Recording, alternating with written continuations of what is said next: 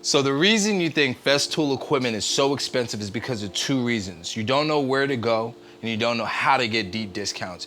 In this video, I'm gonna show you exactly how I was able to get this Festool Domino practically new for $550.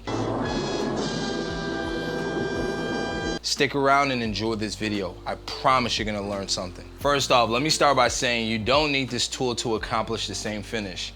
You can accomplish what this can do using a biscuit joiner, pocket holes, or even butt joints. I purchased this tool to be able to use it on the go, and I love how effective it is. The type of work that I do primarily falls in the carpentry space, so we're always building on site.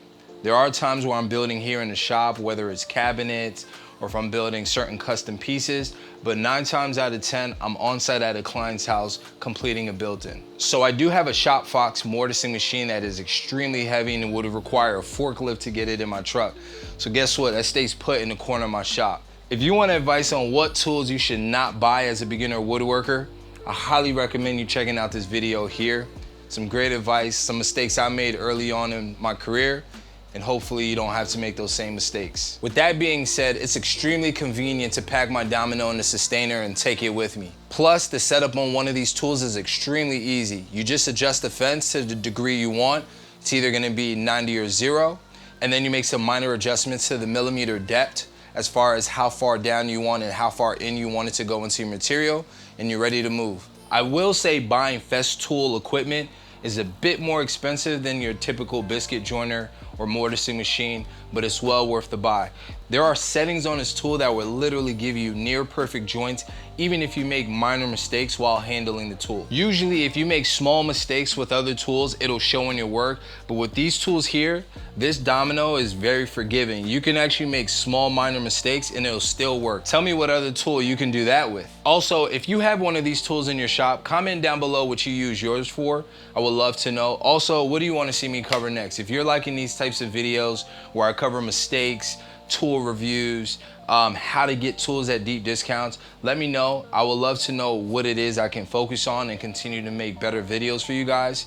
So with that being said, let's get straight into it. So the first step, I use Facebook Marketplace. Now I know what you're thinking, that's an obvious one, but wait a minute, there's more to it. So Facebook has this feature that allows you to search different locations and radiuses, check small cities and large cities, check the East Coast and the West Coast. Take full advantage of this tool because you can find great deals that are available in your city and neighboring cities. By taking the time to search these different locations, you can find someone that has a Festool Domino that's already at a discount and make an even lower offer on that tool and potentially win. So this leads me into step number 2. This requires a bit of patience. Now I understand you want to get into building right away, but if you plan on paying full price for a used Domino, you're making a big mistake and you're risking a lot of money for something that may not work. So you might as well purchase a new one, wait for it to be shipped to you, and take advantage of the warranties that come with the new tool. So you need to have your top dollar amount or the most you're willing to pay for the tool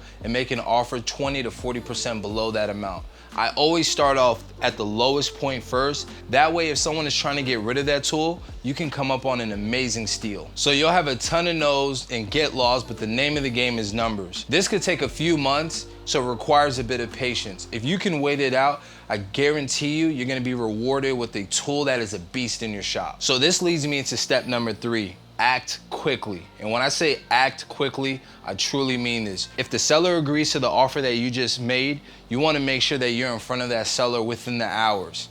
The worst thing that you can do is wait it out, have someone else make another offer and the seller goes with that. Or even worse, the seller realizes you made an extremely too low of an offer and they decide not to sell it to you even if you make a counter offer. And now guys, this step is a very important step. If you make an offer and the seller agrees to that offer, make sure you have the means to close on this deal. You don't want to make a deal that you can't back up in the first place.